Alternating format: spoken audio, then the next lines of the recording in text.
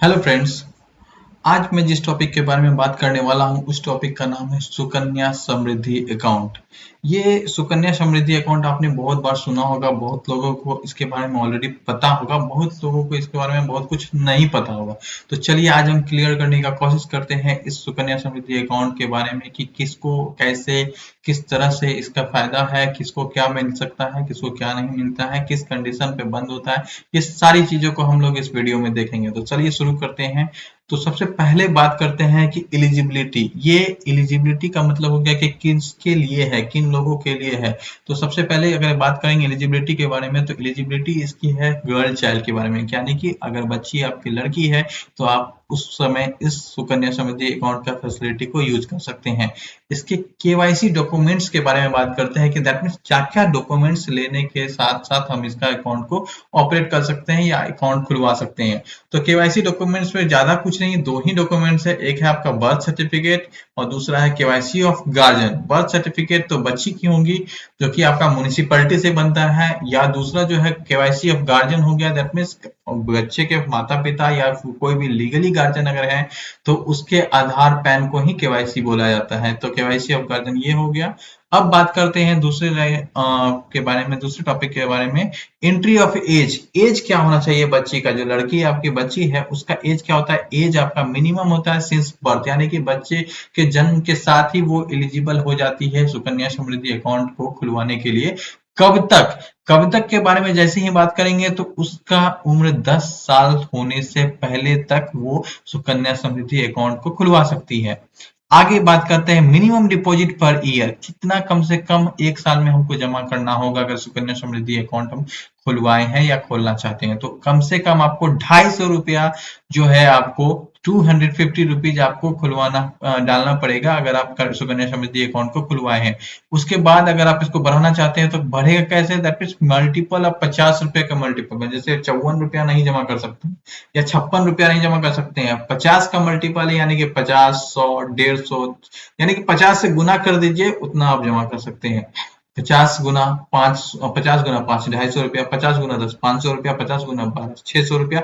इस तरह से आप उस अकाउंट में जमा कर सकते हैं। ऑड फिगर में नहीं, 56 नहीं, 58 नहीं, 59 नहीं, 60 नहीं। ठीक है, समझ गए। आगे हम बात करते हैं मैंडेटरी इनिशियल डिपॉजिट, कितना सबसे जरूरी है। अगर आप जैसे ही अकाउंट खुलाते हैं तो उस समय आपको कितना जमा करना होगा, दैट मीन्स वही मैंडेटरी इनिशियल डिपॉजिट हो गया। तो उस टाइम जैसे ही मेरा अकाउंट खुलता है या मेरी बच्ची लड़की का किसी लड़की का अकाउंट खुलता है सुकन्या समृद्धि अकाउंट में, तो दैट टाइम आपको 250 रुपया आपको उस अकाउंट में जमा करना पड़ता है। मैक्सिमम डिपॉजिट के बारे में जैसे ही बात करते हो तो मैक्सिमम डिपॉजिट उस अकाउंट में एक फिनेंशियल ईयर में हम 1.5 लाख तक जमा कर सकते हैं। फिनेंशियल ईयर किसको बोलते हैं, फिनेंशियल ईयर हो गया आपका 1 अप्रैल से 30 मार्च तक। दैट मीन्स अगर हम आगे अभी जो करंट में फिनेंशियल ईयर चल रहा है, तो अगर अभी के बारे में बात करेंगे तो 1 अप्रैल 2023 तक से और 30 मार्च 2022 से 1 अप्रैल 2023 तक जो भी आप जमा कर सकते हैं उसको फिनेंशियल ईयर में काउंट करते हैं। तो आप एक साल में कितना जमा कर सकते हैं, 1.5 लाख तक जमा कर सकते हैं। और इसके अलावा क्या है, अगर आप 1.5 लाख से ज्यादा जमा करते हैं तो क्या आपको इंटरेस्ट मिलेगा, तो नहीं। अगर आप 1.5 लाख से ज्यादा जमा करते हैं तो उस समय आपको उस अकाउंट में सुकन्या समृद्धि अकाउंट के लिए जो फैसिलिटी मिलती है, जो भी इंटरेस्ट आपको ज्यादा मिलता है, वो कोई भी इंटरेस्ट आपको 1.5 लाख से ऊपर वाले अमाउंट पे नहीं मिलने वाला है। दैट मीन्स सिर्फ और सिर्फ इसमें हम 1.5 लाख तक ही फायदा उठा सकते हैं। आगे बात करते हैं नंबर ऑफ सब्सक्रिप्शन, कितने बार में हम जमा कर सकते हैं। तो इसका कोई टाइम लिमिट नहीं है। आप मिनिमम एक बार में भी 1.5 लाख रुपया, अगर जिनके पास एक बार में 1.5 लाख रुपया जमा करने के लिए लायक है वो एक बार में 1.5 लाख रुपया जमा कर सकते हैं। कोई चाहते हैं कि नहीं हम इसको तोड़ तोड़ के जमा करेंगे, आज 10,000 कर दे, कोई कल 50,000 कर दे, या आज 250 रुपये कर दे, आज 500 रुपये, जो जिस तरह के जमा करने के हैसियत रखते हैं वो अपने अकॉर्डिंग उसमें जमा कर सकते हैं। इसमें 50 बार भी जमा कर सकते हैं, 100 बार भी जमा कर सकते हैं। इसका कोई टाइम आपका लिमिट नहीं है। आगे हम बात करते हैं टेन्योर और मैच्योरिटी। इसका मैच्योरिटी कब होता है, तो इसका मैच्योरिटी जो होता है वो आप जिस दिन से अकाउंट खोलते हैं उससे 21 साल के बाद तक, आपका 21 साल तक आपका अकाउंट को पैसा रखना पड़ता है। उसके बाद 21वें साल में आपका मैच्योरिटी होता है। यानी कि अगर मैं आपका 0 साल में अगर बच्चे की उम्र अभी 1 महीना है तो 21 साल के बाद उसका अकाउंट का मैच्योरिटी हो जाएगा। अगर बच्चे की उम्र 5 साल है तो 26 साल की उम्र में आपका मैच्योरिटी होगा। अगर बच्चे की साल 9 साल है तो अगर आप उस समय अकाउंट खुलवाते हैं तो 21 साल 30 ईयर्स में आपका उस अकाउंट का मैच्योरिटी होगा। यहाँ पे कंफ्यूजन मत रखिएगा कि लड़की के 21 साल होने से आपका अकाउंट में मैच्योरिटी हो जाता है। यहाँ लड़की का नहीं है, आपको 21 साल तक जिस समय से जोड़ना है, जब भी अकाउंट खुले उससे 21 साल आगे तक आपको बच्चे के अकाउंट में मैच्योरिटी होती है। अब बात करते हैं आगे लॉक इन पीरियड। इसमें लॉक इन पीरियड का मतलब हो गया कि कितने लॉक इन पीरियड, कब तक हमको जमा पैसा करना होगा या फिर कब तक हमको रख सकते हैं, कब तक हम पैसा नहीं निकाल सकते हैं इस अकाउंट से। तो यानी कि अगर आपको बता दें, अगर लड़की की उम्र 18 साल से पहले है तो आप पैसा नहीं निकाल सकते हैं। दो कंडीशन यहाँ पे दिया गया है, या तो लड़की की उम्र 18 साल हो जाए या उसने 10th स्टैंडर्ड को पास कर लिया है। यानी कि अगर यह 10वीं को पास कर लिया है तो भी वहां पे वो सुकन्या समृद्धि अकाउंट का पैसा को निकाल सकते हैं, या फिर लड़की 18 साल की हो गई है तो भी वहां निकाल सकते हैं। अब पेनाल्टी ऑन डिफॉल्ट, अगर आपने पैसा जमा नहीं किया, 2 साल मैंने किया फिर 2 साल नहीं जमा किया, तो उस समय हमको कितना पेनाल्टी या कितना हमको फाइन देना पड़ जाएगा। तो आपको पर साल का 50 रुपया, जैसे मैंने 2 साल नहीं किया तो यानी कि 100 रुपया मुझे लगेगा, और जो जमा करता था उसके अलावा, जैसे मैंने 500 रुपया मैं हर साल जमा करता हूँ तो, और 2 साल बीच में नहीं किया, तो यानी कि 500 और 500, 2 साल का 1000 रुपया, और 1000 रुपया प्लस 50, 1 साल का 50, दूसरा साल का 50, तो यानी कि 1100 रुपया आपको जमा करना पड़ेगा, तो आपका फिर से वो नॉर्मल हो जाएगा। पेनाल्टी ऑन डिफॉल्ट हो गया। नंबर ऑफ अकाउंट्स बात कर सकते हैं, कितना अकाउंट हम खोल सकते हैं, कितनी लड़की का अकाउंट खोल सकते हैं। अगर मेरे पास 4 लड़की है तो क्या मैं 4 लड़की का अकाउंट खुलवा सकता हूँ? नहीं खुलवा सकता हूँ। मेरे पास एक टाइम लिमिट होता है कि मैं दो ही लड़की का चाइल्ड का हम लोग अकाउंट खुलवा सकते हैं सुकन्या समृद्धि में। आपको 3 बच्ची का अकाउंट तभी खुल सकता है जब आपको कोई भी जो जुड़वा बेटी है, यानी कि अगर जुड़वा बेटी है तो आप 2 अकाउंट वहां पे खोल सकते हैं, और एक अलग से फिर से एक बार होगी तो वो आप 3 अकाउंट उस कंडीशन पे खोल सकते हैं। इसके अलावा आपका कोई भी नहीं है। मेनली फैसिलिटी जो है 2 लड़की के लिए ही किया गया है। ठीक है। अब इंटरेस्ट कैलकुलेशन, इसका इंटरेस्ट कैसे मिलता है? इंटरेस्ट मिलता है आपको इसके कैलेंडर मंथ के अकॉर्डिंग, यानी कि 5 तारीख से लेके 30 तारीख तक के अंदर जो भी आपने पैसा जमा किया उसका सबसे कम जितना भी होगा उस पे कैलकुलेट करके आपको इंटरेस्ट दिया जाता है। और इंटरेस्ट कब मिला जाता है? उस फिनेंशियल ईयर के बाद। जैसे ही मार्च के बाद खत्म होता है, जैसे 30 मार्च के बाद आपका जो फाइनेंशियल ईयर खत्म हुआ, वहां पे आपको पूरा साल का इंटरेस्ट जोड़ के आपको उसके अकाउंट में जमा कर दिया जाता है। अब बात करते हैं नॉमिनेशन के बारे में। क्या इसमें नॉमिनेशन? नहीं, नॉमिनेशन का कोई इसमें फैसिलिटी नहीं है।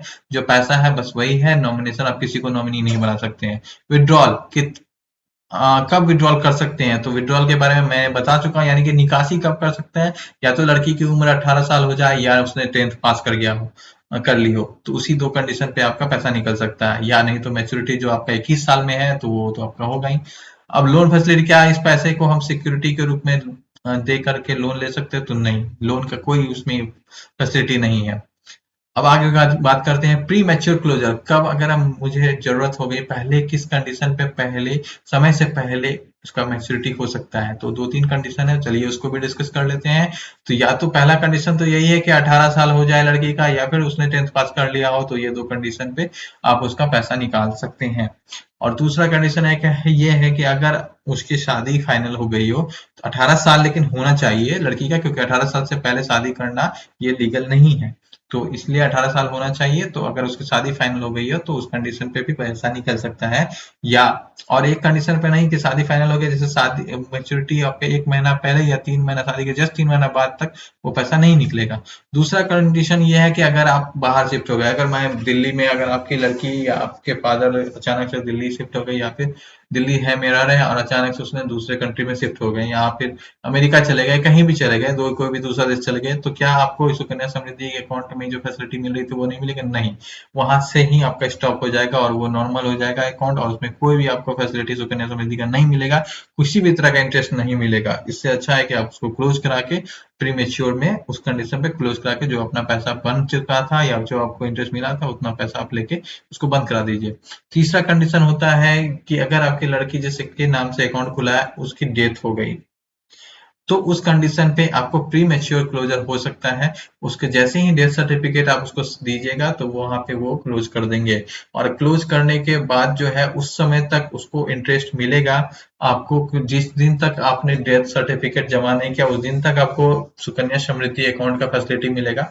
लेकिन सेटलमेंट होने में अगर समय लग गया, 6 महीना लग गया, आपका पैसा तो जिस दिन एक्सपायर की या जिस दिन उसकी मृत्यु हुई उस दिन तक आपको सुकन्या समृद्धि का फायदा में फैसिलिटी मिलेगा। लेकिन अगर आपको 6 महीना सेटलमेंट में लग गया तो उस कंडीशन में उस 6 महीना में जो आपको मिलेगा वो इंटरेस्ट मिलेगा आपको पोस्ट ऑफिस के रेट ऑफ इंटरेस्ट है। पोस्ट ऑफिस में अगर आप बचत खाता या सेविंग अकाउंट खुलवा रहे हैं, जो वहां पे रेट ऑफ इंटरेस्ट मिलता है सेविंग अकाउंट में, उसी रेट ऑफ इंटरेस्ट से आपको यहाँ पे सुकन्या समृद्धि अकाउंट में मिलेगा आफ्टर डेथ ऑफ जिसकी भी मृत्यु हो गई अकाउंट में। ठीक है, ये 3 कंडीशन पे हम लोग लगा सकते हैं। अब हम आगे बात करते हैं कि the account shall be operated by guardian till the account holder attains the age of 80 years। क्या तो इसके अकाउंट को कौन ऑपरेट करेगा? बच्ची चूंकि छोटी है तो उसके बारे में तो उसको तो अनभिज्ञ है, उसको कुछ पता नहीं, तो उसका अकाउंट को ऑपरेट करेंगे उसके फादर या मदर या उसके नेचुरल या लीगल गार्जियन। नेचुरल गार्जियन में माँ और पिताजी को नेचुरल गार्जियन कहा गया है, और लीगल गार्जियन उसके अलावा जो कोई भी लीगली कोर्ट से हो जाते हैं या फिर दादा नाना नानी जो भी है लीगल गार्जियन के रूप में बनते हैं, वो लीगल गार्जियन उसके अकाउंट को ऑपरेट करेंगे। कब तक? 18 साल लड़की के होने तक। 18 साल जैसे ही हो जाएगा तो वो अपने खुद से वो अकाउंट को ऑपरेट कर सकती है। और क्या नेक्स्ट क्या है? No interest shall be payable once the account complete से क्या, और जैसे कि मैं आपको इससे पहले ही बता चुका हूं कि 21 साल में उसकी मेच्योरिटी हो जाती है, तो 21 साल के बाद भी अगर आप पैसा नहीं निकालते हैं, 22वां साल 23वां साल भी पैसा नहीं निकालते हैं, तो उसमें आपको कोई भी इंटरेस्ट नहीं मिलने वाला है। जो इंटरेस्ट था आपको 21 साल तक ही मिलेगा, उसके बाद आपका पैसा वैसे ही पड़ा रह जाएगा।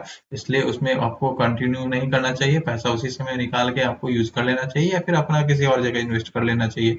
If account defaults it can be, अगर आपका अकाउंट को किसी कारणवश आप 2-3 साल पैसा नहीं जमा कर सके तो आपको 15 साल तक आप उसको कभी भी उसको रेगुलर कर सकते हैं, बशर्ते कि आपको जो है उसमें रेट ऑफ इंटरेस्ट और जो पेनाल्टी लग रहा था 50 रुपए पर ईयर का और प्लस जो आप सब्सक्रिप्शन दे रहे थे वो दे सकते हैं और उसको रेगुलर कर सकते हैं। इसके अलावा आपने नहीं जमा किया, 5 साल तक नहीं किया, उसके बाद आपने किया ही नहीं, तो आपको मैच्योरिटी में जो है आपका जो भी 5 साल तक जमा हुआ होगा और जब तो मैच्योरिटी के बीच में जो भी पीरियड होगा उसमें पोस्ट ऑफिस के सेविंग रेट ऑफ इंटरेस्ट से, यानी कि पोस्ट ऑफिस में जो बचत खाता में जो रेट ऑफ इंटरेस्ट से आपको मिलता है वही रेट ऑफ इंटरेस्ट जोड़ करके आपको अंतिम समय में 21वें साल में दैट मीन्स दे दिया जाएगा। तो ये था आपका सुकन्या समृद्धि अकाउंट का फायदे, नुकसान और जो भी इसके फीचर्स हैं उसके बारे में मैंने डिस्कस कर दिया। चलिए दोस्तों, इस वीडियो में इतना ही रखते हैं। इसके लिए थैंक यू। अगर आपको मेरी वीडियो में इंफॉर्मेशन अगर अच्छी लग रही है तो मेरे चैनल को जरूर सब्सक्राइब कीजिए, और आगे अगर आपको कुछ और टॉपिक के बारे में भी जानकारी चाहिए तो उसके लिए आप कमेंट में लिख सकते हैं। तो चलिए दोस्तों, थैंक यू।